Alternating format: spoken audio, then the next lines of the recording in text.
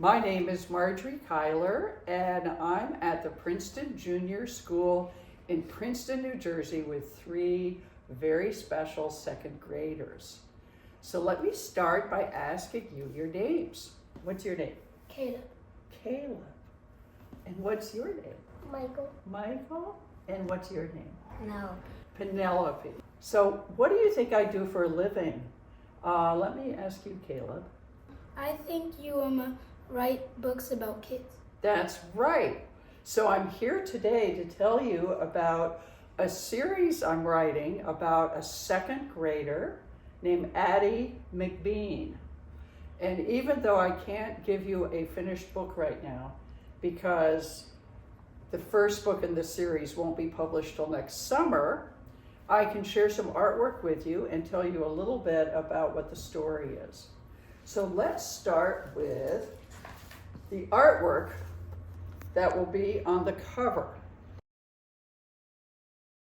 Now the book won't be quite this big. It's going to look more like, it's going to be more this size, and it will be in hardcover and paperback. But this is what the cover will look like. I'm not very good at drawing, so an illustrator named Stacy Curtis did the artwork. So let me ask Penelope. Let's start with Penelope. What kind of person do you think Addy is, just from looking at the cover? Mathematician. Mathematician. What makes you think she's a mathematician? Do you see anything in the artwork that suggests that? Numbers. Yes. And what else do you see besides the numbers in the background? There are numbers. Shapes. You're right. Shapes. That's right. Okay. And Caleb, what kind of dog do you think Addy has? A poodle. A poodle. Do you know what the poodle's name might be? You can look at the name tag that's attached to the collar to get a hint, because there's a math symbol on it. So there's a hint there. If you can't guess it, I'll tell you. Yeah, what do you think? Is it subtraction? You're just right on. It's actually a minus sign that you would use in subtraction. So the poodle's name is Minus. Okay, I'm going to show you another piece of art. This is on the inside of the book. And Addy's best friend is named Star. So this is Star. And their teacher is named Mr. Vertex. So he teaches 2nd grade. So Penelope, when you look at his shoes, what do you see on the shoes? Shapes. Shapes, right? Okay, and Michael, when you look at his tie, what do you see on his tie? Numbers. Numbers. That's right. He loves to teach math. It's the first class of the day, and he always greets his students with a riddle. So let's try out one of his riddles, and all 3 of you can guess. All right. What do you call a hen who counts her eggs? Egg. That's a good guess. Eggs, but that's not it. Eggs. X? Nope. One more guess. What do you call a hen that counts her eggs? It's okay. It's okay, because Addy has trouble guessing it too.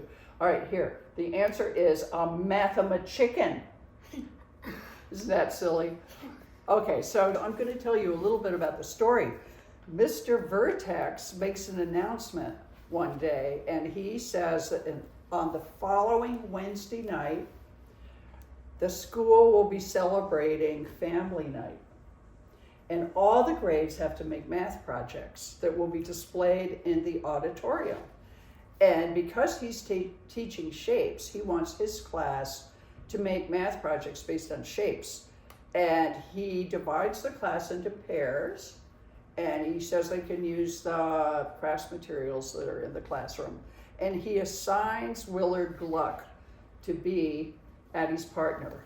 Now, Willard Gluck never does his math homework. He never pays attention in class. He hates doing math worksheets. And Addy is very upset that she is going to be stuck with Willard. She figures that she'll have to do all the work and Willard won't contribute anything. But much to her surprise, Willard comes up with this really great idea. And they work really hard on the project. But the day before it's due, disaster strikes. Here's Willard. Okay, here's Willard Gluck. And what do you think's going on in this picture? Let me ask Michael. I think they're trying to paint it, but it spills and a mess.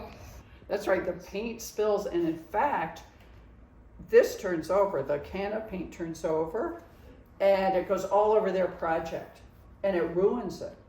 And Addy is so upset with Willard because even though it was an accident, he didn't mean to spill the paint. Nevertheless, he did spill the paint, and so they'll be the only two kids in the entire school who won't have a project for math, for family night. And so she's upset, and she goes home, and at the last minute, who should show up on her doorstep but Willard? And he has a new idea, and it's even a better idea than the idea he had before. And he says they can work really hard that night and get it ready for school the next day and for family night, which is the next evening. But Addy, even though she's excited by his new idea, she doesn't see how they can get it finished because they have so little time. And she likes to be in control. She likes to do things slowly and carefully, and she's a perfectionist. Even so, Willard persuades her to work on the project. They finish it. They have several mishaps getting it to school, but they get it to school. It gets set up for family night. And then something happens at family night that gets the entire school excited, and they end up getting a prize. And that's more or less the story. One thing I want you to think about is what did Addy learn from working with Willard? Let me ask Penelope. Do you think she learned anything?